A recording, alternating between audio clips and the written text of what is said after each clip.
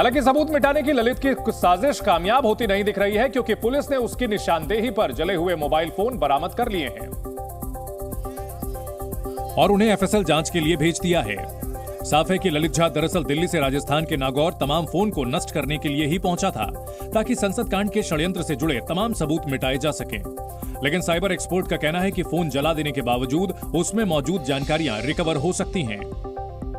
देखिए, आज के डिजिटल युग में नामुमकिन जैसा कुछ नहीं है। बहुत कम ऐसी चीज़ें हैं जिसको आप रिकवर नहीं कर सकते। इस केस में आपने फ़ोन ज़रूर जला दिया, लेकिन सर्विस प्रोवाइडर्स हैं, आप व्हाट्सएप यूज़ अगर करते हैं तो आपके चैट बैकअप्स होते हैं।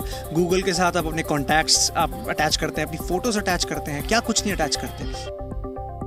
ललित ने सभी आरोपियों के फोन इसलिए नष्ट किए ताकि साजिश का पता न चल पाए कि इसके पीछे असल में कौन है। दिल्ली पुलिस जांच कर रही है कि कहीं इन सब के संबंध देश विरोधी विदेशी ताकतों से तो नहीं है, जिनके इशारे पर यह किया गया हो। संसद में सेंधमारी के मुख्य आरोपी ललित झा ने इस गहरी साजिश को अंजाम तक पहुंचाने के लिए सोशल मीडिया का बड़ा इस्तेमाल किया। सोशल मीडिया पर ललित झा ने कई भड़काऊ पोस्ट भी किए, जिसके जरिए ही उसने दूसरे आरोपियों को अपनी साजिश में शामिल किया।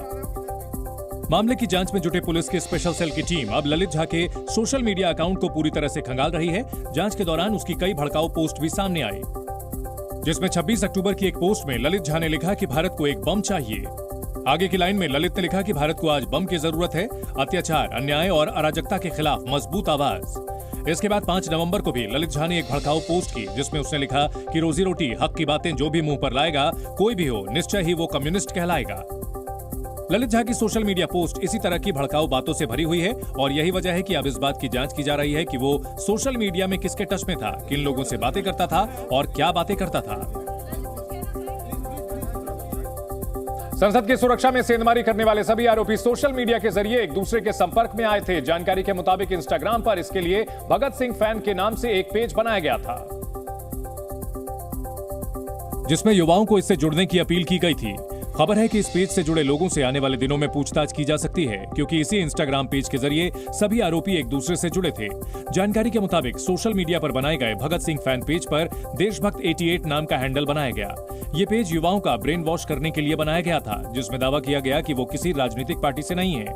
पेज में युवाओं को क्रांति के लिए जोड़ने की अपील की गई। पेज में मास्टरमाइंड ललित झा ने बताया कि वो पश्चिम बंगाल से है, जबकि इस पेज से जुड़े दूसरे आरोपी महेश ने खुद को राजस्थान से बताया।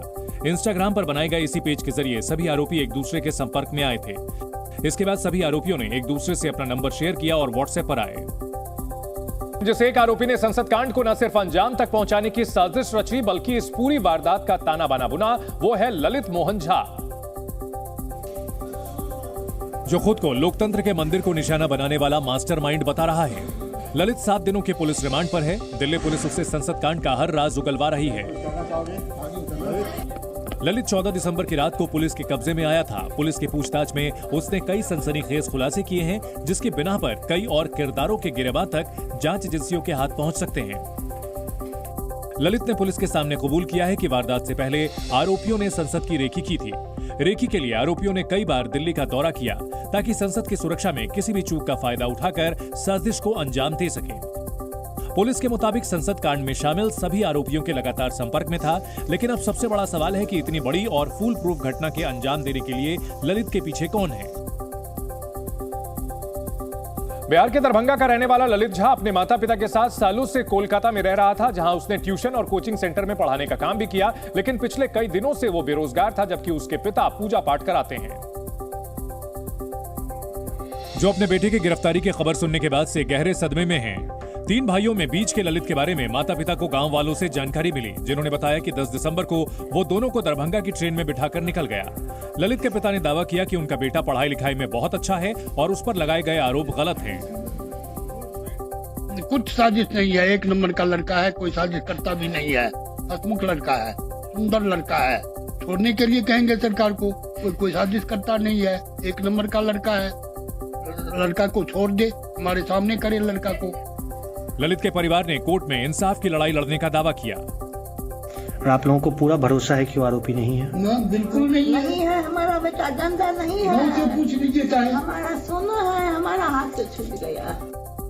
बताया गया कि इस दौरान इलाके के पुलिस अधिकारियों ने भी ललित के माता पिता से पूछताछ की।